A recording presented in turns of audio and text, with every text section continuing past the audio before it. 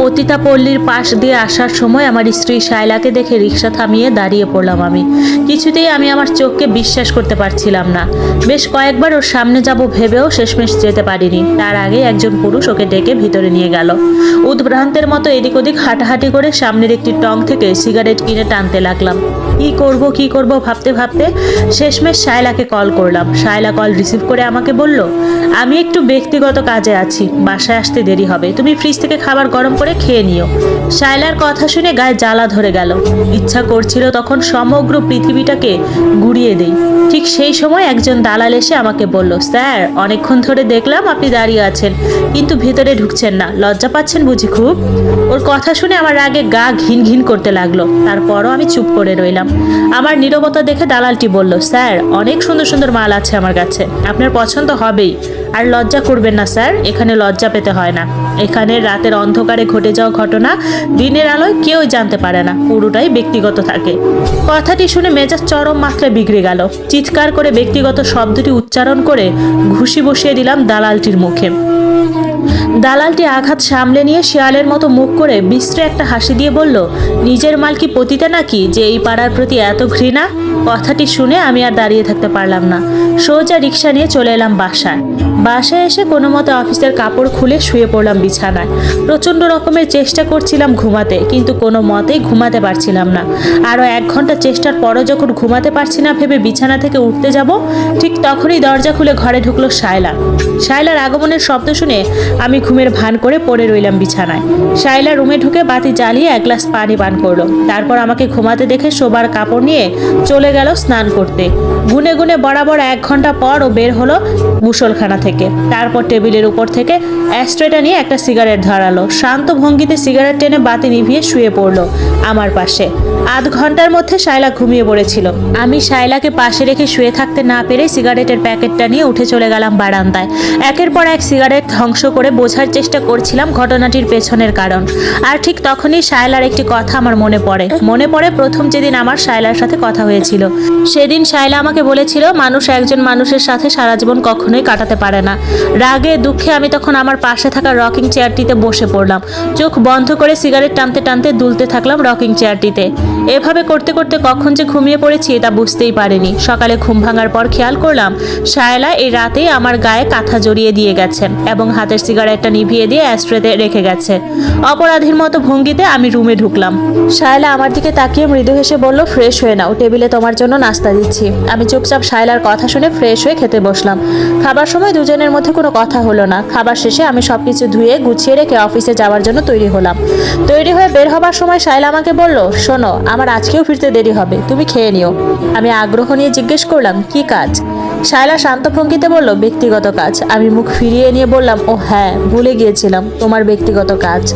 প্রতিটা মানুষের জীবনে কিছু ব্যক্তিগত বিষয় কিংবা কাজ থাকে যা সে অন্য কাউকে বলে না, কিন্তু তার কাছের মানুষটার ব্যক্তিগত বিষয় কিংবা কাজকে সে কখনোই মেনে নিতে পারে না। বারবার সেটাকে জানার চেষ্টা করে এবং বারবার চেষ্টা করে ব্যর্থ হলে আবিষ্কার করে সম্পর্কের মাঝের এক সূক্ষ্ম ফাটল।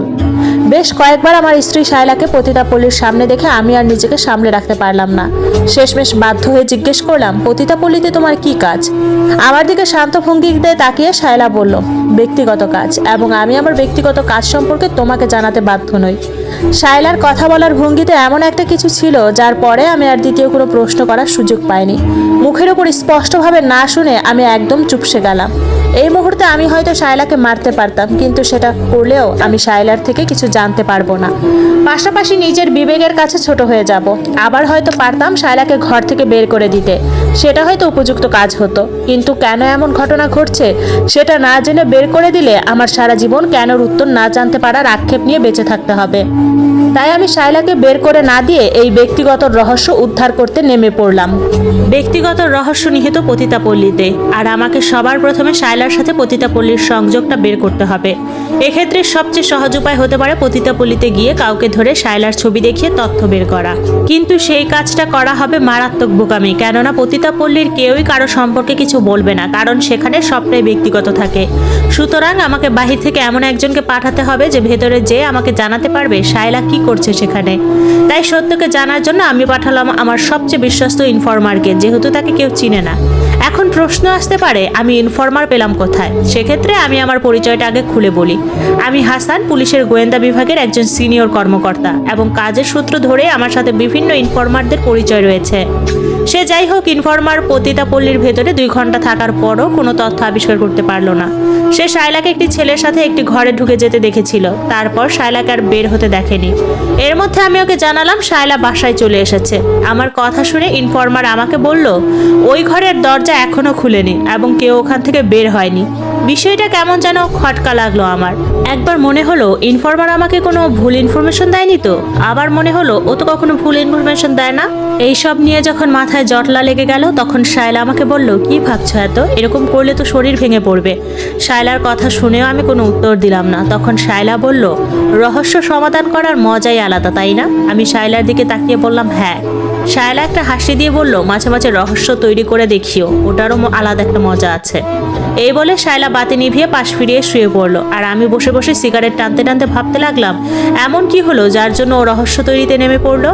শায়লার সব ডকুমেন্ট ঘেটেও পতিতাপল্লীর সাথে কোনো সংযোগ খুঁজে পেলাম না। যেহেতু শায়লা জেনেই গেছে আমি রহস্য উদ্ধারের কাজে নেমে পড়েছি, সেহেতু এভাবে বসে থাকার কোনো মানে হয় না। অফিসের কেসগুলো ও ইনফরমারদের কাছ থেকে পতিতাপল্লী সম্পর্কিত যা তথ্য আছে বের করার চেষ্টা করছি, কিন্তু কোথাও কোনো কিছুর হদিস পাচ্ছি না। তাই বাধ্য হয়ে চলে গেলাম পতিতাপল্লীতে। ইনফরমারের দেখানো ঘরটি ঘুরেও কোনো কিছু আবিষ্কার করতে পারলাম না। ঘরটির ভেতরে ডান পাশে একটি খাট, বাঁ পাশে প্রসাধন সামগ্রী। এই রুম পার হলে ভেতরে আরেকটি বেডরুম, বেডরুমটির ডান পাশে রান্নাঘর, বাঁ পাশে বাথরুম, আর বেডরুমের সাথে আরেকটি দরজা আছে যেটা সরাসরি বাহিরে নিয়ে যায়। সুতরাং শায়লার সামনের রুম দিয়ে ঢুকে পেছনের দরজা দিয়ে বের হয়েছে। আমি আশেপাশের সবাইকে শায়লার ছবি দেখালাম, সবাই একই উত্তর দিল। শায়লা স্বেচ্ছায় পতিতাবৃত্তি পেশায় যোগদান করেছে। 1 সপ্তাহ আগে নিজে থেকেই সে এখানে এসেছিল।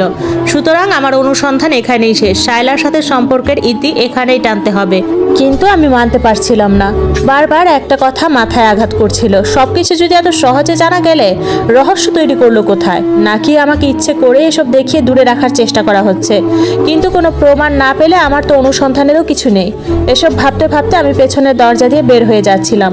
হঠাৎ কি মনে করে জানো, ইনফরমার যে ঘরে বসে সব পর্যবেক্ষণ করছিল সে ঘরে ফিরে এলাম এবং সেই ঘরের ভেতরের বেডরুমের পেছনের দরজা দিয়ে বের হতেই আবিষ্কার করলাম একটা ছোট্ট পুকুর। পুকুর ভর্তি আফ্রিকান মাগুর আর চারপাশে ছড়িয়ে ছিটিয়ে থাকা মানুষের হাড়। ঠিক সেই সময় আমি পেছন থেকে খুব পরিচিত নারী কণ্ঠ শুনলাম। ব্যক্তিগতকে কখনো জানতে হয় না। কথাটি শুনে যেই আমি পেছন ফিরতে যাব ঠিক সেই সময় আমার মুখে রুমাল চেপে ধরা হলো। ঘটনার আকস্মিকতায় আমি কিছু বুঝে উঠতে পারার আগেই অজ্ঞান হয়ে পড়ে গেলাম আফ্রিকান মাগুর ভর্তি পুকুরটিতে।